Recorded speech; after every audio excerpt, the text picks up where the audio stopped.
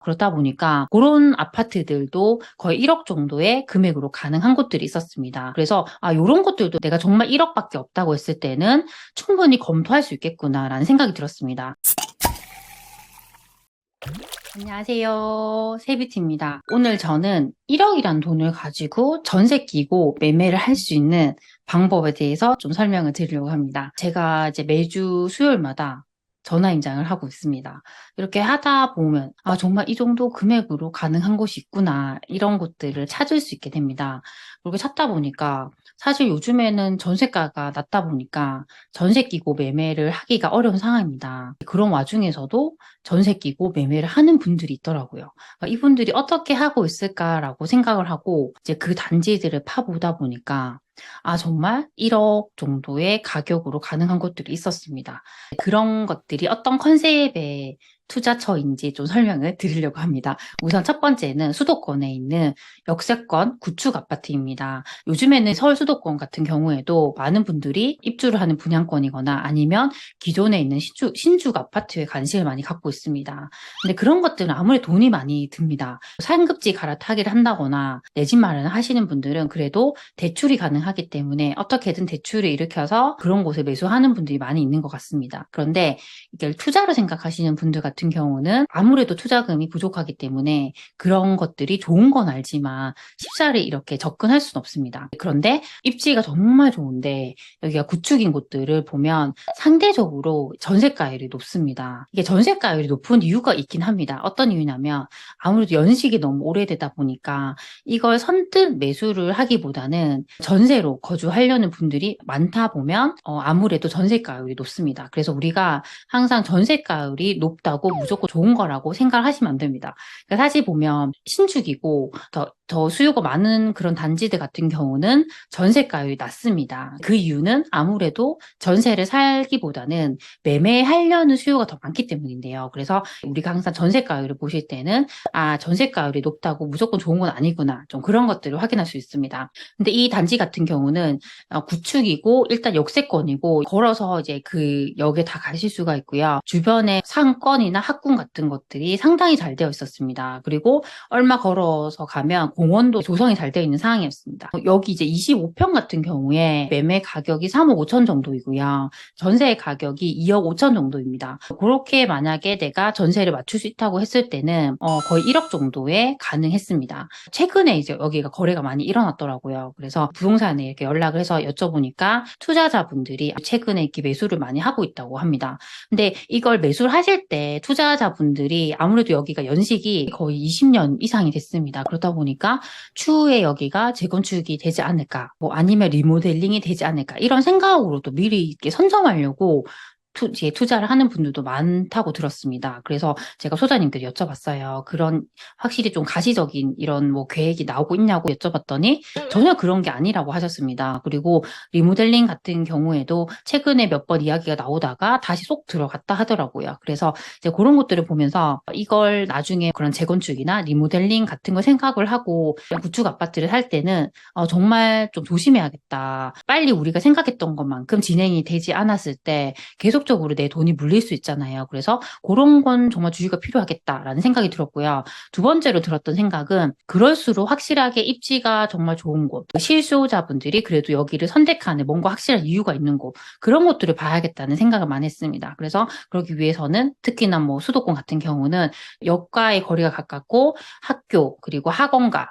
상권 같은 것들이 확실히 잘 갖추어진 곳에 있는 구축이라 했을 때는 여기가 나중에 재건축이나 뭐 리모델링이 되지 않는다 하더라도 확실하게 그래도 여기서 원하는 수요가 있기 때문에 이런 것들은 가격 방어가 되겠다라는 생각을 했습니다. 그래서 그런 구축을 사실 때는 이런 것들을 잘 생각하셨으면 좋겠고요. 그리고 또 팁을 하나 드리면 어떤 분들은 좀 더 내가 싸게 매입을 하기 위해서 내가 이런 구축을 매입을 해서 리모델링을 해서 다시 전세를 놓겠다라는 분들도 분명히 있습니다. 요즘에 최소 내가 뭐 도배나 장판이나 이런 것들을 돈을 적게 들여서 한다 하더라도 최소 1,000만 원 정도 정도 이제 듭니다. 내가 그 돈을 들여서 하기보다는 최근에 리모델링 한 단지를 어떻게든지 좀 더 조정을 해서 저렴하게 사는 게 더 좋을 수 있습니다. 요즘에는 그래도 예전보다는 거래가 확실히 잘 되는 상황이 아니기 때문에 확실히 이제 매수자가 원하면 조율을 하기가 쉽습니다. 그래서 그런 매물들 좀 찾아가지고 조율을 해서 매입을 해서 이렇게 전세를 놓는 것이 더 좋다고 저는 생각을 합니다. 그리고 두 번째 방법은 서울 수도권이 아니라 지방에 있는 상위 30%의 아파트를 보는 것입니다. 요즘에 다 서울 수도권을 보고 계시잖아요. 그래서 지방 도시들은 가격이 어떻게 변해가고 있나를 다 살펴봤습니다. 지방 소도시 같은 것들을 이렇게 살펴봤더니 이런 것들도 그 금리 인상으로 인해서 가격이 많이 떨어졌습니다. 2억, 3억이 떨어진 곳들이 많았고요. 최근에 그런 대장 아파트의 흐름을 봤더니 바닥을 찍고 이제 상승을 했습니다. 이제 아무래도 지방이 서울 수도권 대비해서는 전세가율이 좀 더 높은 편이에요. 그렇다 보니까 그런 아파트들도 거의 1억 정도의 금액으로 가능한 곳들이 있었습니다. 그래서 이런 것들도 내가 정말 1억밖에 없다고 했을 때는 충분히 검토할 수 있겠구나라는 생각이 들었습니다. 왜냐하면 그런 곳들은 아무리 여기가 도시 규모가 작다 하더라도 그 도시 안에서는 상급지예요. 상위 입지이고 여기 정말 살고 싶어 하는 사람들이 많습니다. 실제로 그리고 그런 곳들에 가보게 되면 정말 브랜드 대단지 아파트들이 계속적으로 입주를 하고 완전히 이렇게 바뀌는 곳들도 많이 있습니다. 그래서 그런 곳들도 예전에 내가 사고 싶었을 때보다 가격이 좀 많이 떨어진 상황이잖아요. 아직까지 급매들도 있기 때문에 충분히 이런 곳들도 고려할 수 있겠다라는 생각이 들었습니다. 근데 또 그런 것들에 또 리스크가 또 있었습니다. 지역마다 차이는 있겠지만 내년이나 내후년까지 입주 물량이 좀 많은 곳들이 있었어요.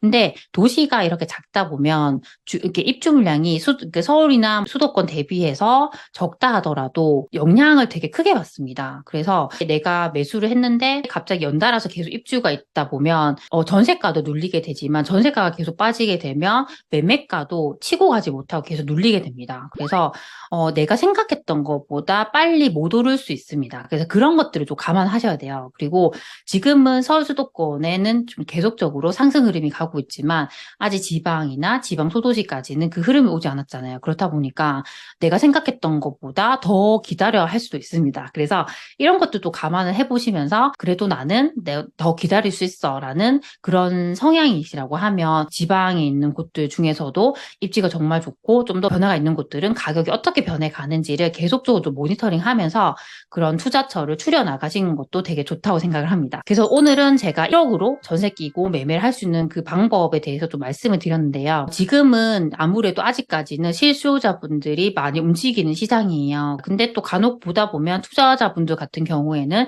여기가 확실하게 호재가 있는 곳들은 이제 또 이렇게 매수를 하고 있더라고요. 그래도 아직까지 대세는 실수요자분들의 시장인 것 같습니다. 하지만 계속적으로 그렇게 될 수는 없고요. 결국에는 투자자분들도 움직이는 시장이 올 수밖에 없다고 생각을 합니다. 그래서 이제 그걸 지금은 준비를 하셔야 돼요. 저는 항상 우리가 1주택에 머물러서 안 된다고 생각을 해요. 1주택보다 2주택이 낫고 2주택보다 3주택이 더 낫다고 생각합니다. 우리가 자산을 늘리기로 했으면 그걸 내가 감당할 수 있는 선까지는 계속 늘리면서 내 자산의 규모를 키우는 게 저는 맞다고 생각을 합니다. 근데 이게 너무 무리하게 해서는 안 되겠지만 그래도 내가 할 수 있는데도 1주택에 머문다는 건 저는 잘못된 선택이라 생각을 합니다. 그래서 그런 것들도 감안하시면서 계속적으로 나는 어디에 내가 투자를 해서 자산을 늘릴 수 있을까 그런 선택지를 넓혀 가시는 작업을 지금부터 계속 해놓으시면 너무 좋을 것 같습니다. 그래서 오늘 제가 말씀드린 것들이 우리 소치님들에게 조금이라도 도움이 되셨으면 좋겠습니다.